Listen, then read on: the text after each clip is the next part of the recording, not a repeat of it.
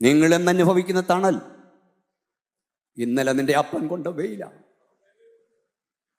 അവരെ വേദനിപ്പിക്കരുത്, അവരെ കരയിപ്പിക്കരുത്. ഇവരോടല്ല, എല്ലാവരോടും പറയുന്നത് കേട്ടോ. ബർത്ത്ഡേയുടെ ഡെഫിനിഷൻ പറയാൻ BBC ലോകത്തിലെ മഹാരഥന്മാരോട് പറഞ്ഞു.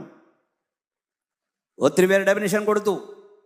നമ്മുടെ പ്രസിഡന്റ് അബ്ദുൽ കലാം സാറ് പറഞ്ഞു, ഡെഫിനിഷൻ വായിച്ച് ഞാൻ കരഞ്ഞു. എൻ്റെ മുഖത്തോട് നോക്കിയേ, ആ ഡെഫിനിഷൻ കേൾക്കണോ? നീ കരഞ്ഞപ്പോൾ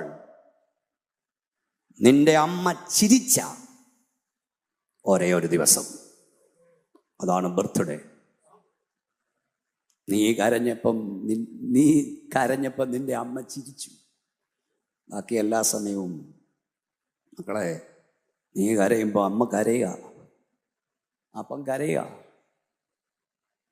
ഈ അമ്മയാണോ വഴിയിൽ ഇറക്കി വിടുന്നത്? ഈ അപ്പനെയാണോ? ഈയിടെ എനിക്കൊരു കിട്ടി.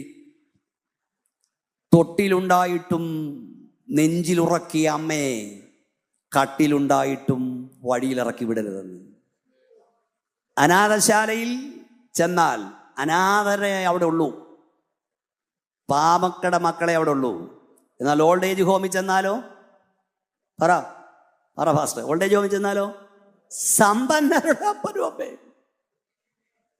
ഞാൻ വാക്ക് പറഞ്ഞ് നിർത്തട്ടെ, എന്നെ നോക്കിയേ. ഒരു ബസ്സിൽ ഒരു പെങ്കൊച്ചി യാത്ര ചെയ്യാണ്. ഒരു അമ്മച്ചി ഇടയ്ക്ക് കയറി വന്നിരുന്നു. ഒരു സീറ്റുണ്ട്, കൂടെ ഒരു പെട്ടിയും കൂടെ ഉണ്ട്. അത് വെച്ചിട്ട് ഈ കൊച്ചിനെ തെള്ളാൻ തുടങ്ങി. ആളുകൾ ചോദിച്ചു, ഇവിടെ ഈ കൊച്ചേ, ഈ തള്ളയോട് പറയരുതോ പെട്ടി താഴെ വെച്ചിട്ടിരിക്കാൻ മര്യാദയ്ക്ക്. കുറച്ച് കഴിഞ്ഞാൽ പെങ്കൊച്ച് പറഞ്ഞു, ഞാനിതിൽ യാത്രക്കാരിയാ, ഈ അമ്മ യാത്രക്കാരിയാ. ഒന്നുകിൽ ഞാൻ ആദ്യം ഇറങ്ങും, അല്ലെ അമ്മ ആദ്യം ഇറങ്ങും. ഞങ്ങൾ ആരാണ് ആദ്യം ഇറങ്ങുന്നതെന്ന് അറിയില്ല. ഞങ്ങൾ ഒന്നിച്ചതിനകത്ത് അല്പനിമിഷമേ ഉള്ളൂ. ഈ അല്പനിമിഷം വഴക്കുണ്ടാക്കാനുള്ളതല്ല. നിന്റെ അപ്പൻ എത്ര നാൾ നിന്റെ ഉള്ളതെന്നറിയാമോ? നിന്റെ അമ്മ എത്ര നാളുണ്ടെന്നറിയാമോ?